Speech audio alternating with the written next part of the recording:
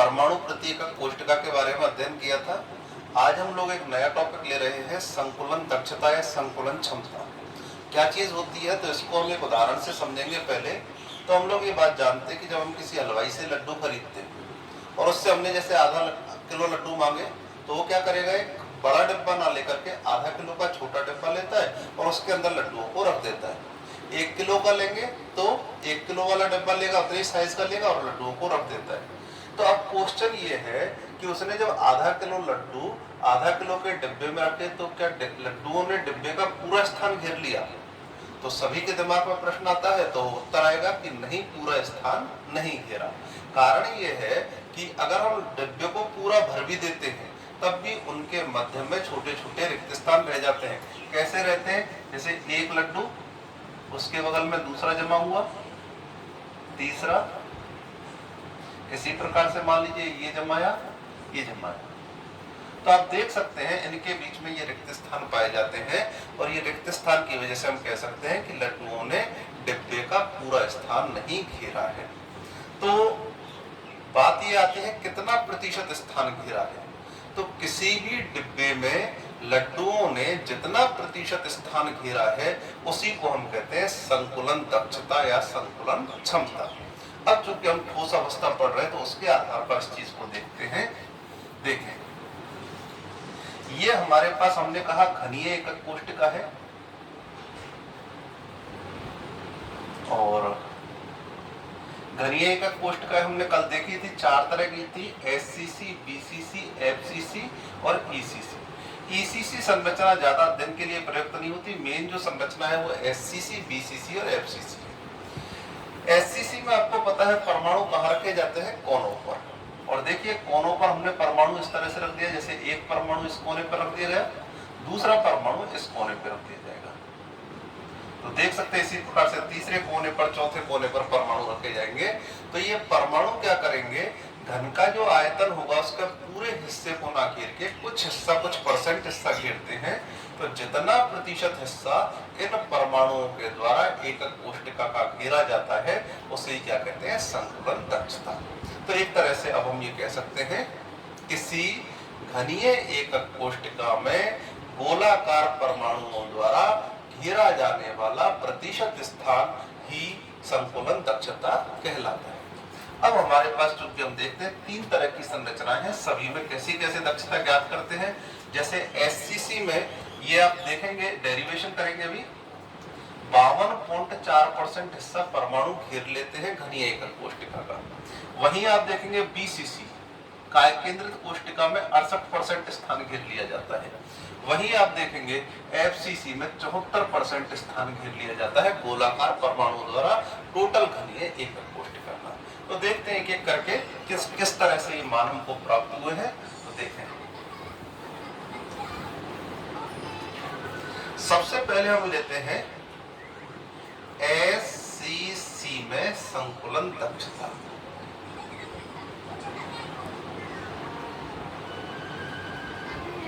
तो देखिए किस तरह से संकुलन दक्षता होती है। सबसे पहले आप देखते हैं एससीसी संरचना हमने बनाई।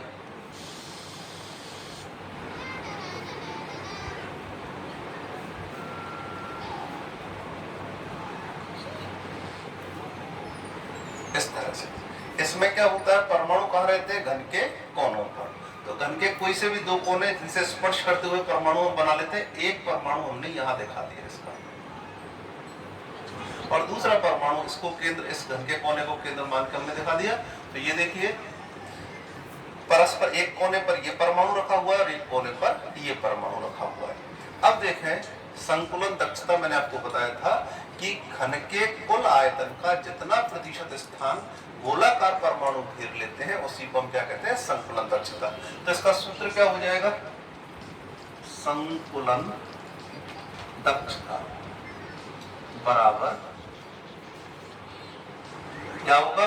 गोले यानी लड्डुओं का आयतन बटे पूरे डिब्बे का आयतन। इसी तरह से यहाँ पे हो जाएगा परमाणुओं का आयतन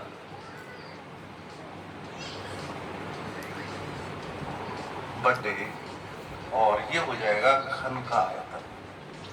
घन क्यों? क्योंकि घनीय एकक कोष्ठिका है, तो इसलिए मैंने ले लिया है घन का अब देखें, हम लोगों से अगर कहा जाए एक डिब्बे में अगर मान लीजिए 15 लड्डू आते हैं, तो हम प्रत्येक लड्डू का आयतन निकालना चाहते हैं, टोटल आयतन निकालना चाहते हैं सारे लड्डुओं का। तो क्या हमको प्रत्येक लड्डू का अलग अलग आयतन निकालना चाहिए या फिर हमें एक लड्डू का आयतन निकाल के बाकी 15 का गुणा कर देना चाहिए? तो ये युक्ति ज्यादा अच्छी है।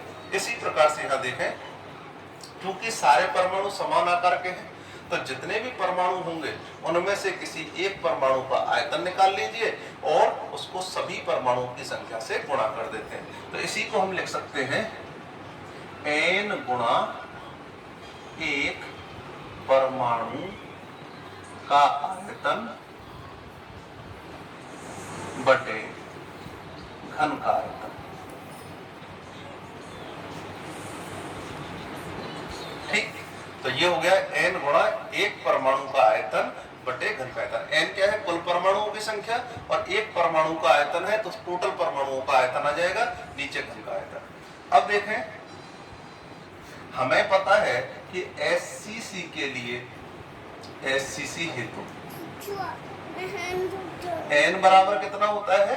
1।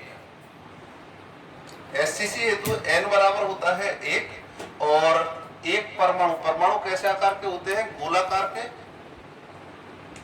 परमाणु होते हैं, गोलाकार आकार के, तो उनका आयतन कितना हो जाएगा? 4/3 पाई r क्यूब। प्रत्येक गोले की त्रिज्या हमने मान ली r, ये भी r। ठीक, तो यहाँ पे हम लिख सकते हैं n बराबर तो आ जाएगा 1, एक परमाणु का आयतन होगा 4/3 पाई r क्यूब घन। पूरी एक भुजा का मान लेते हैं 1, तो घन का आयतन क्या होगा? घन का आयतन होता है भुजा की घात 3, तो ये हो जाएगा a की घात 3।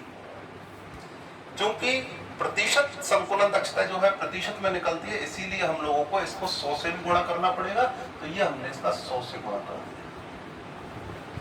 तो ये आ गया गुणा 100। तो यहाँ आ गया हमारे पास एक, कहां से आया? परमाणु प्रत्येक कोष्ठ का SCC के लिए, और 4/3 पाई r क्यूब एक परमाणु का आयतन, और घन का आयतन कितना हो गया है? a की घात 3। अब देखिए, यहाँ पर हमको चूंकि क्वेश्चन सॉल्व करना है तो r और a में कोई ना कोई संबंध होना चाहिए, तभी ये कटेंगे। तो यहाँ से दिख रहा है घन की, देखिए भुजा है ये वाली, और घन की भुजा का मान किसके बराबर है? 2r, यानी 2r के बराबर है। तो यहाँ पर a व r में संबंध, ये हो जाएगा a बराबर 2r। तो इस प्रकार से घन की भुजा का संबंध आ गया a बराबर 2r। अब हम इस मान को इसके अंदर रख लेते हैं। यहां तक आप फिर से देख सकते हैं, SCC में संकुलन दक्षता प्रतिशत में निकालनी होती है। जितना % हिस्सा परमाणु घनीय एकक कोष्ठिका का घेर लेते हैं उसी को क्या कहते हैं? संकुलन दक्षता। परमाणु का आयतन सारे परमाणुओं का निकालने की जरूरत नहीं है, एक का निकाल के कुल परमाणुओं की संख्या से गुणा कर दें। SCC में परमाणु 1 होता है, इसलिए n का 1, एक परमाणु का आयतन 4/3 पाई r क्यूब, क्योंकि ये गोलाकार होता है। घन का आयतन भुजा की घात 3। यहाँ से भुजा त्रिज्या में संबंध आ गया, a बराबर 2r। अब आगे लेते हैं,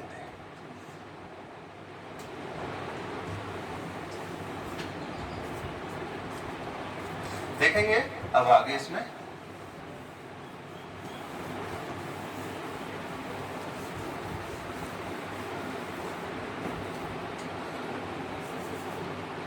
बराबर एक रखा हुआ था मान 4/3 पाई r क्यूब पहले से था, बटे a बराबर हमने क्या निकाला है? 2r, तो a की घात 3 के स्थान पर आ जाएगा 2r की घात 3 गुणा 100। ठीक, अब देखिए 4/3 गुणा पाई गुणा r बटे ये हो जाएगा 8 गुणा r क्यूब गुणा 100। r से r कट जाएगा, 4 एकम 4, 4 दूने 8। पाई का मान होता है 3.14, तो ये बन जाएगा टोटल 314/6, और ये आ जाएगा हमारे पास 52.33%, जिसको लगभग मान लिया जाता है 52.4। तो इस प्रकार से आप देख सकते हैं SCC परमाणुओं की संकुलन दक्षता हम इन सूत्रों से ज्ञात कर सकते हैं। कितनी निकल के आ गई है? 52.4%। अब हम लेते हैं हमारे पास अगली व्यवस्था BCC की व्यवस्था। तो देखते हैं BCC में संकुलन दक्षता किस प्रकार से निकाली जाएगी।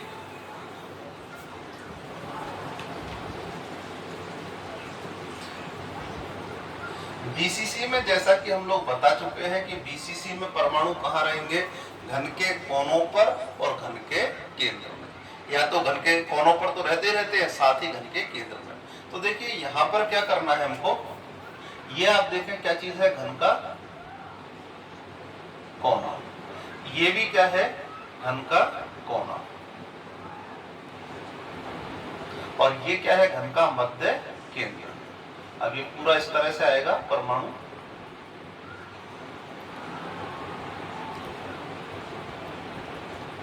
ये वाली व्यवस्था, इसको हम लोग इस तरह से समझ सकते हैं कि अगर हम एक बॉक्स के अंदर देखें तो यहाँ की व्यवस्था देखें।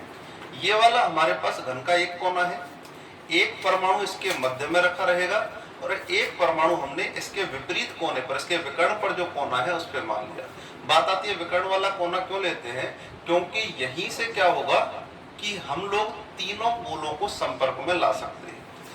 देखिए अगर हम यहाँ से एक मान लीजिए कोई सीख वगैरह या कुछ भी ऐसी पहली चीज यहाँ से प्रवेश कराते हैं, तो देखिए इस कोने से चलेगा, मध्य केंद्र से निकलेगा और कहाँ तक चला जाएगा, इस कोने तक। एक विकर्ण बन जाएगा और ये विकर्ण किसका रहेगा, घन का विकर्ण रहेगा। तो देखिए किस तरह की व्यवस्था है, यहाँ से स्टार्ट हुआ, आगे वाले कोने से स्टार्ट कर रहे हैं, मध्य केंद्र से निकला, मध्य केंद्र वाले गोले से, और ये पीछे वाले घन के कोने तक चला गया। तो ये वाला क्या चीज है, एक घन का विकर्ण बन चुका है। इसकी लंबाई देखते हैं, ये गोले की त्रिज्या r, ये 2r और ये फिर क्या बन गई r। इसका मतलब इस पूरी लाइन की लंबाई क्या हो गई है, 4r। दूसरी बात, घन का विकर्ण अगर भुजाओं के साथ संबंध सेट किया जाए तो वो होता है घन का विकर्ण बराबर √3 गुणा भुजा। तो हम देखते हैं बीसीसी में संतुलन दक्षता कैसे निकाली जाती है। तो देखें, n गुणा एक परमाणु का आयतन बटे घन का आयतन गुणा ये हो जाएगा 100। तो देखिए बीसीसी के लिए परमाणु प्रति एकक कोष्ठक कितनी हो जाएगी, बीसीसी के लिए 2, बीसीसी हेतु n बराबर 2। तो देखिए n का मान आ जाएगा 2, एक परमाणु का आयतन 4/3 पाई r क्यूब और घन की भुजा हो जाएगी 1/3 और ये हो जाएगा गुणा 100। अब जैसा कि अभी भी बताया घन की भुजा में और त्रिज्या में क्या संबंध है, तो बोलो घन की भुजा a, ये तो विकर्ण किसके बराबर होता है, √3 गुणा भुजा, और यही मान किसके बराबर भी आ रहा है, 4r। तो देखिए a व r में संबंध, ये हो जाएगा √3a बराबर 4r और a बराबर 4r बटे √3। तो हम लोग देखिए अब इस सूत्र में इसका मान रख देंगे, a में 4r बटे a बराबर रख देंगे 4r बटे √3। इसको भी करते हैं अभी, तो देखते हैं।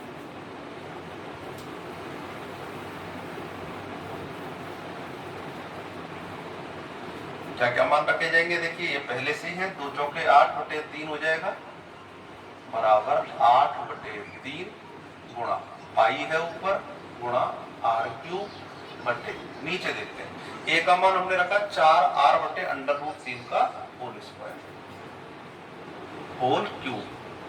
तो इस तरह से होल क्यूब हो गया गुणा 100। आगे इसको सॉल्व करते हैं।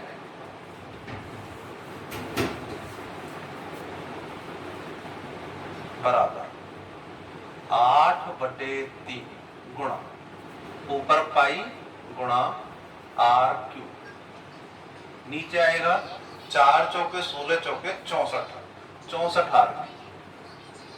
ये वाली संख्या है ऊपर पहुंच जाएगी, कितना हो जाएगा 3√3। तो ये पहुंच जाएगा ऊपर 3√3 और गुणा आ जाएगा 100। अब देखिए r क्यू से r क्यू कट जाएगा, 8 से 8 बार ये कट जाएगा, 3 से 3 कट जाएगा, तो ये रह जाएगा आपके पास 1.732। √3 है, इसका मान 1.732 होता है।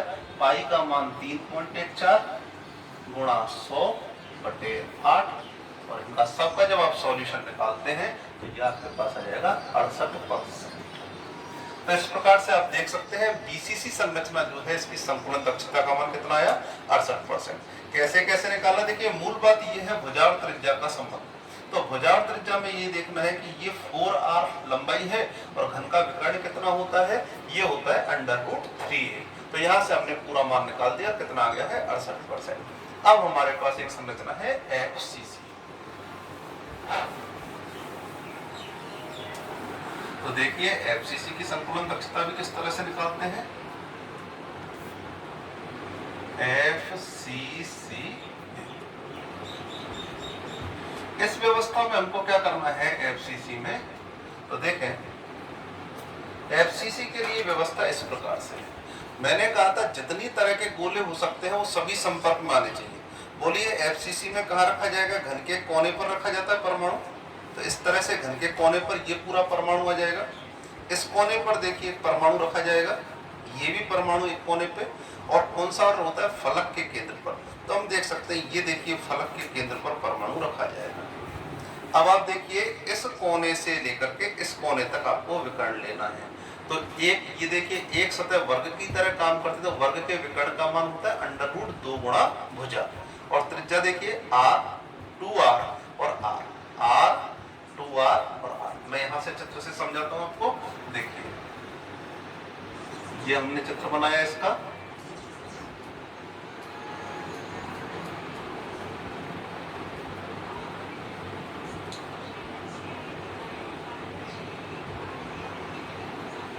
अब देखिए कहां कहां लेंगे, एक तो घन के कोने पर ले लिया, एक घन के फलक पर ले लेंगे और एक घन के विकर्ण वाले कोने पर ले लेंगे। लेकिन अब ये विकर्ण घन का नहीं रहेगा बल्कि किसका बनेगा, वर्ग का बनेगा, क्योंकि एक ही फलक लिया है। यहां से स्टार्ट किया, यहां तक लाइन खींच दी। तो देखिए ये r, ये 2r और ये r। तो देखिए व्यवस्था वही संकुलन दक्षता की, पैकिंग एफिशिएंसी निकाल रहे हैं, बराबर n गुणा एक परमाणु का आयतन, एक परमाणु का आयतन बटे घन का आयतन गुणा 100। अब देखिए FCC के लिए हमने पहले ही निकाला है, n बराबर कितना होता है 4। देखिए FCC हेतु n बराबर 4। अच्छा यहाँ पे 4 आ जाएगा। एक परमाणु का आयतन कितना होता है 4/3 πr3। तो देखिए 4 गुणा 4/3 πr3 बटे घन का आयतन भुजा की घात 3 गुणा 100। अब देखें हमें पता है यहाँ घन की भुजा और त्रिज्या में संबंध निकालना है। a और r में क्या संबंध आ रहा है, वर्ग के विकर्ण के रूप में √2 गुणा भुजा √2a बराबर 4r। तो देखिए a व r में संबंध √2a बराबर 4r। तो a बराबर क्या आ जाएगा, √2 से 1 √2 कट के 2 √2r। अब मान रख देते हैं। देखिए कितना आ रहा है, 4 चौके 16, 16/3 गुणा पाई गुणा r। नीचे वाला मान देख लेते हैं, 1 की घात 3 है, तो देखिए 2 √2 की घात 2 गुणा 100। इस तरह से ये आ गया। अब इसको देखें, 2 दूने 4 दूने 8 और √2, तो ये बन जाएगा पूरा 16 √2 बनेगा, 16/3 गुणा पाई गुणा r की घात 3 बटे, फिर से देख ले, 2 दूने 4 दूने 8, √2 का 2 √2 गुणा 2 गुणा √2, तो 2√2 होता है, तो 16√3 r3 गुणा 100। अब देखिए r3 से r3 कट जाएगा, 16 से 16 कट जाएगा, और ये आ जाएगा 314 बटे पाई का मान 3.14 है बटे 3 √3, और ये मान टोटल आ जाएगा हमारे पास 74%। तो इस प्रकार से आप देख सकते हैं हमने संकुलन दक्षता तीनों के तीनों डेरिवेशन हमारे बिल्कुल एक जैसे हैं। बस इसके अंदर ध्यान क्या रखना है, एक तो परमाणु प्रत्येक कोष्ठिका तो एससीसी के लिए 1 थी, बीसीसी के लिए 2 और एफसीसी के लिए कितनी थी 4। दूसरी बात भुजा और त्रिज्या का संबंध है, a बराबर 2r एससीसी के लिए, बीसीसी के लिए √3a बराबर 4r और एफसीसी के लिए √2a बराबर 4r। तो इस प्रकार से हमारे पास एससीसी के लिए आ गया 52.4, बीसीसी के लिए 68 और एफसीसी के लिए आ गया है 74%। तो ये इनकी संकुलन क्षमता। सामान्यतः बोर्ड में डायरेक्ट क्वेश्चन पूछे जाते तो ज्यादा अच्छा है कि आप इनको सीधा याद रख लें, लेकिन पिछले वर्ष एक बार डेरिवेशन पूछ लिया था बीसीसी एससीसी संरचना के लिए कि किस तरह से आप निकालोगे, तो आपको ये निकालना भी आना चाहिए, पता होना चाहिए। और न्यूमेरिकल है इसमें किस पर आधारित, भुजा और त्रिज्या के संबंध पर आधारित। वो देखेंगे जब हम न्यूमेरिकल करेंगे तो उसके बारे में भी जानकारी लेंगे।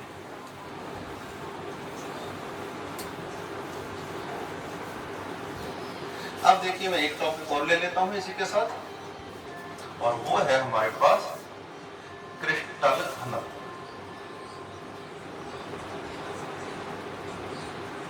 ये दोनों ही पॉइंट न्यूमेरिकल के हैं इस चैप्टर में, तो और देखेंगे किस तरह के न्यूमेरिकल है, कल उन पर चर्चा भी कर लेंगे हम। तो ये है क्रिस्टल डेंसिटी।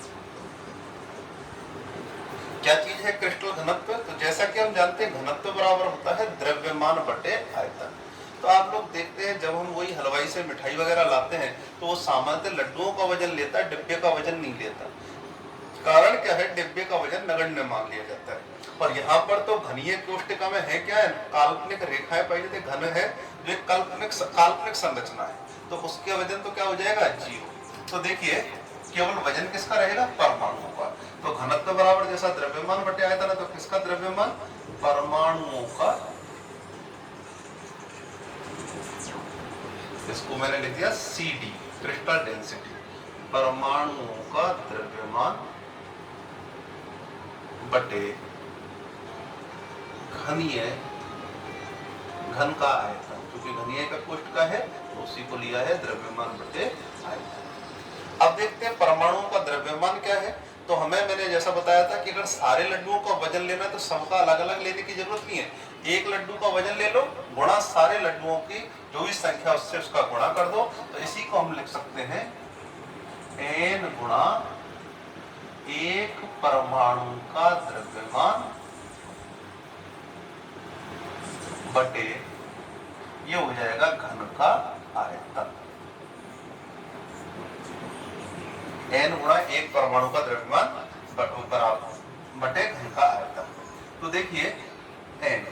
अब बात आती है एक परमाणु का द्रव्यमान कितना होता है। देखिए मैं आपको बता देता हूं, जो Na परमाणु होती है, आवोगाद्रो संख्या Na, उनका जो वजन होता है पदार्थ के अणु भार के बराबर होता है। ये मैं मूल कॉन्सेप्ट जब आपको बताऊंगा, थोड़ा बहुत कोई जानकारी दूंगा तो मैं आपको बता दूंगा। फिलहाल आप ध्यान रख लें, आवोगाद्रो संख्या का जो वजन होता है वो किसके बराबर है, अणु भार। और आवोगाद्रो में कितने अणु होते हैं, 6.02 गुणा 10⁻23। तो चूंकि Na परमाणुओं का वजन हो गया mw, इसलिए एक परमाणु Na परमाणु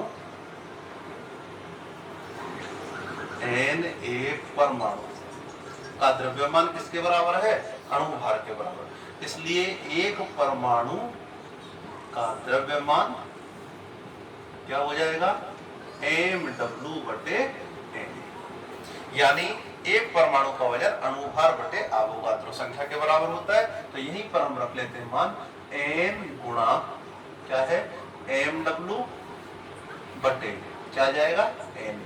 और घन का आयतन आपको पता ही है, भुजा की घात 3। तो क्रिस्टल घनत्व निकालने का जो हमारे पास सूत्र है ये वाला सूत्र रहेगा, n गुणा mw बटे Na गुणा a की घात 1।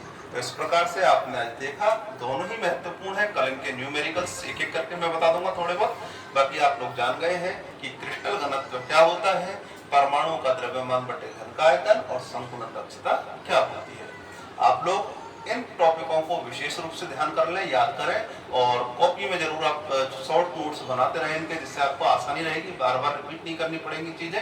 और अभी तो इसका न्यूमेरिकल पोर्शन हमको कराना है, कल या परसों जब विविध की क्लास आती है न्यूमेरिकल की, उन पर आप विशेष ध्यान दें।